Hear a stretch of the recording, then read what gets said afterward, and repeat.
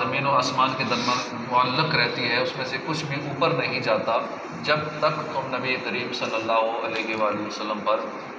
درود نہ پڑھ۔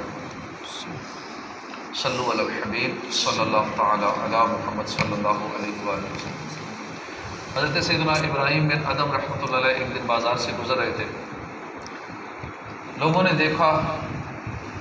تو لوگ آپ کے گرد جمع ہو گئے، عرض کرنے لگے،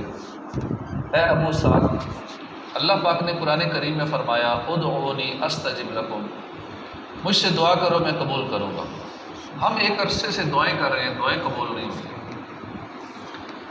حضرت سیدنا ابراہیم بن ادم رحمۃ اللہ علیہ نے فرمایا کہ 3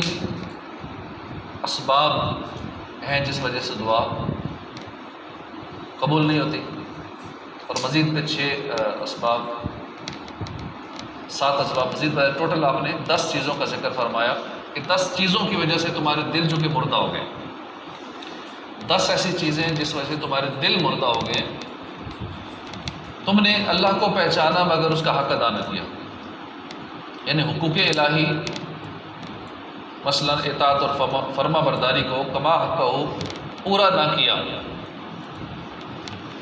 تم قرآن پاک کی تلاوت تو کرتے ہو مگر اس پر عمل نہیں کرتے، تم رسول اللہ کی محبت کا دعویٰ تو کرتے ہو لیکن آپ کی سنتوں سے منہ پھیرتے ہو، تم شیطان سے دشمنی کے دعوے دار تو ہو لیکن اسی کی پیروی کرتے ہو، تمہیں جنت پسند تو ہے مگر اس جنت کے حصول کے لیے تم کوئی عمل نہیں کرتے، تمہیں جہنم سے ڈرنے کا اقرار تو ہے مگر اعمال خود کو جہنم میں لے جانے والے کرتے ہو، تم موت کے برحق ہونے پر یقین رکھتے ہو مگر پھر بھی اس کے لیے کچھ تیاری نہیں کرتے، تم اپنے بھائیوں کے عیب تلاش کرنے میں مصروف ہو اور اپنے عیبوں سے چشم پوشی کرتے ہو، تم اللہ پاک کی نعمتیں کھاتے ہو لیکن اس کا شکر ادا نہیں کرتے، تم اپنے مردوں کو اپنے ہاتھوں قبر میں اتارتے ہو مگر پھر بھی عبرت حاصل نہیں کرتے، بھلا پھر خود ہی سوچو کہ تمہاری دعائیں کیسے قبول ہوں۔ حضرت سیدنا ابراہیم بن ادم نے دعا قبول نہ ہونے کے جو 10 اسباب بیان فرمائے ہیں، ہم غور کریں کہیں کوئی سبب ہمارے اندر تو نہیں پایا جاتا۔ ابراہیم بن ادم رحمۃ اللہ علیہ نے دعا کی عدم قبولیت کا جو پہلا سبب فرمایا کہ ہم اللہ کو پہچانتے ہوئے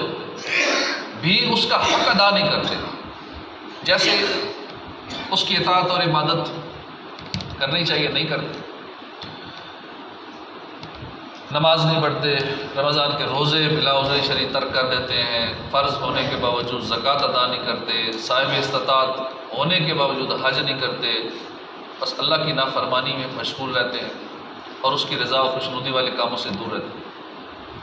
جب ہم اللہ کی اس قدر نافرمانیاں کریں گے تو دعائیں کیسے قبول ہوں گی؟ دوسرا سبب ارشاد فرمایا کہ اگر قرآن پاک کی تلاوت کرتے بھی ہیں تو اس کے احکام پر عمل نہیں کرتے۔ اگر ہم غور کریں تو معلوم ہوتا ہے کہ مسلمانوں کی ایک تعداد ہے جو قرآن کی تلاوت کرتی نہیں، اگر قرآن پاک کھولنا نصیب ہو بھی جائے سمجھ کر نہیں پڑھتے، نہ اس کے احکام پہ عمل کرتے۔ ایسے لوگوں کی بھی کمی نہیں جو درست مخارج سے قرآن مجید نہیں پڑھتے، جس کے نتیجے میں معنی کچھ کے کچھ ہو جاتے ہیں، بعض اوقات تو کفر تک پہنچ جاتے ہیں۔ یاد رکھیے قرآن کریم کے دوران حروف کی آواز اور حرکات کی ادائیگی میں بہت احتیاط کی ضرورت ہے، ہمیں سیکھنا چاہیے درست مخارج سے قرآن پاک۔ سیدنا ابراہیم بن ادم رحمۃ اللہ علیہ کے بیان کردہ تیسرے سبب کا حاصل یہ ہے کہ ہم سرکار دو عالم صلی اللہ علیہ وسلم سے محبت کے دعوے دار تو ہیں مگر حضور کی سنت